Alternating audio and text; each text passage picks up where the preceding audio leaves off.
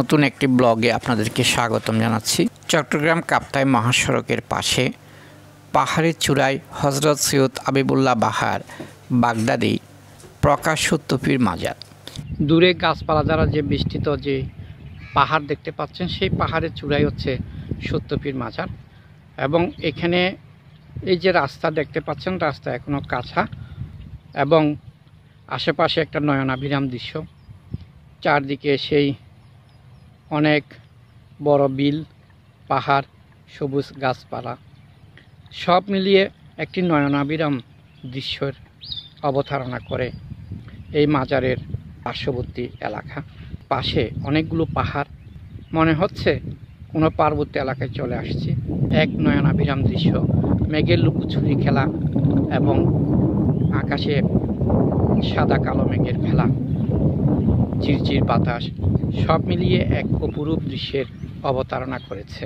প্রিয় ভিউয়ার্স, আপনারা এসে দর্শন করে যাবেন।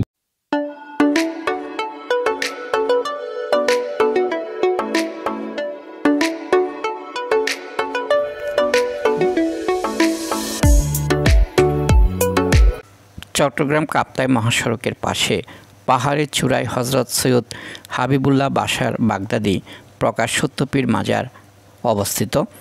এই মাজারে প্রতিদিন চট্টগ্রাম জেলার বিভিন্ন এলাকা থেকে সকল সম্প্রদায়ের নারী পুরুষ প্রতিদিন আসেন, তাদের মনোকামনা পূর্ণ করেন। অনেক লম্বা সিঁড়ি আপনারা দেখতে পাচ্ছেন। এই সিঁড়ি বেয়ে উঠতে উঠতে আমাদের বেশ ক্লান্ত লাগছে। দর্শনার্থীদের তেমন একটা আনাগোনা দেখা যাচ্ছে না, অনেকটা নির্জন, চারদিকে পাহাড়। আমরা একটু সামনের দিকে এগিয়ে যাচ্ছি। আমরা এখন আরেকটা ধাপ সিঁড়ির পেরিয়ে আমরা মাজারের প্রায় কাছাকাছি চলে আসলাম। এটা হচ্ছে রাঙ্গুনিয়া ঐতিহ্যবাহী সত্যপীর মাজার খ্যাত। প্রায় 150 বছর পূর্বে ইরাকের বাগদাদ থেকে হযরত সৈয়দ হাবিবুল্লাহ বাহার বাগদাদি প্রকাশ সত্যপীর সাহা পাহাড়ের চূড়ায় বসে রেয়াজত করত। পাহাড়ের চূড়ায় রেয়াজত করা অবস্থায় এলাকার মানুষের কাছে তিনি সত্যপীর নামে পরিচিতি লাভ করেন। হযরত সৈয়দ হাবিবুল্লাহ বাহার বাগদাদি প্রকাশ সত্যপীর সাহার ইন্তেকালের পর পাহাড়ের সুউচ্চ চূড়ায় তাকে দাফন করা হয়।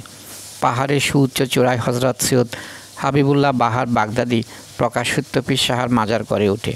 পাহাড়ের সুউচ্চ চূড়ায় মাজারে প্রতিদিন শত শত মানুষ এসে তাদের মনোবাসনা মনোকামনা পূর্ণ করেন। লোকমুখে কথিত আছে, হাবিবুল্লাহ বাহাদুর রহমতুল্লাহ চট্টগ্রামের রাঙ্গুনিয়ায় এসে সুউচ্চ পাহাড়ে অবস্থান নেন এবং সেখান থেকে ইসলাম ধর্ম প্রচার করেন। আপনাদেরকে হচ্ছে উজুখানা, এখানে উজু করার ব্যবস্থা রয়েছে অনেক। যেহেতু পাহাড়ের উপরে, সেজন্য হয়তো অবকাঠামো তেমন একটা, চাইলে ডেভেলপ করা যেত আরও।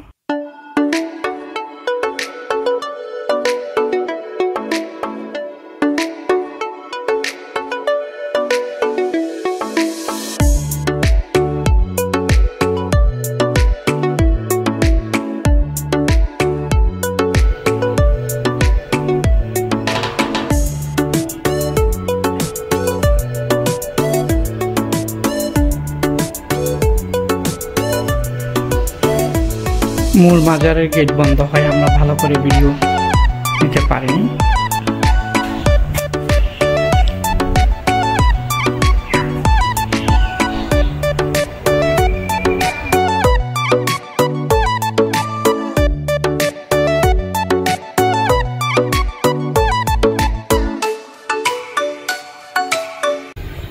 প্রিয় ভিউয়ার্স, নতুন একটি ব্লগে আপনাদেরকে স্বাগতম জানাচ্ছি। আজ আমরা আসছি চট্টগ্রাম জেলার রাঙ্গুনিয়া উপজেলার ঐতিহ্যবাহী সত্যপীর মাজার।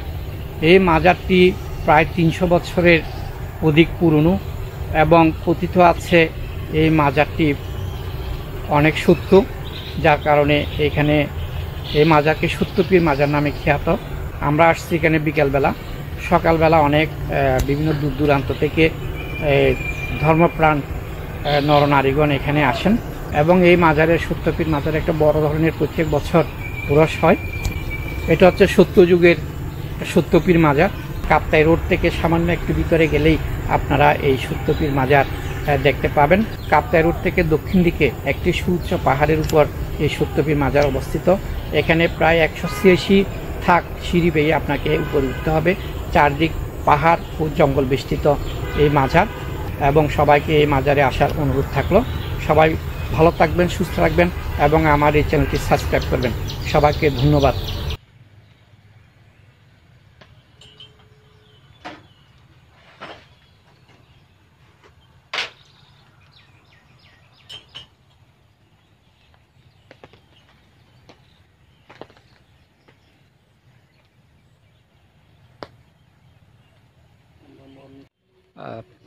প্রিয় ভিউয়ার্স, আমরা একজন এখানে মুরব্বীকে দেখতে পেয়েছি।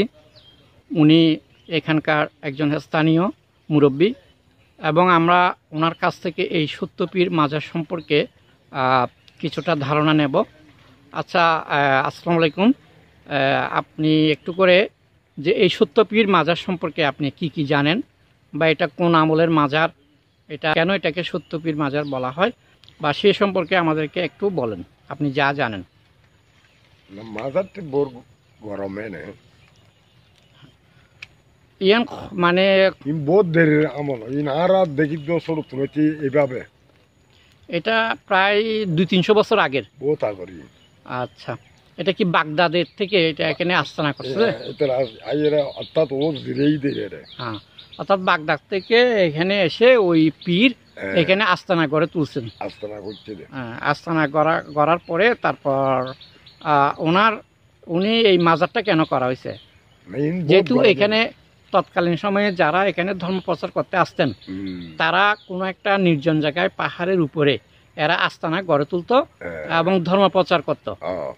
সেজন্য যে এই যে সত্যপীর যাকে বলা হচ্ছে, উনি ওই পাহাড়ের টিলার উপর আস্তানা গড়ে তুলেছেন এবং এখান থেকে ইসলাম ধর্ম প্রচার করছেন, এটাই না?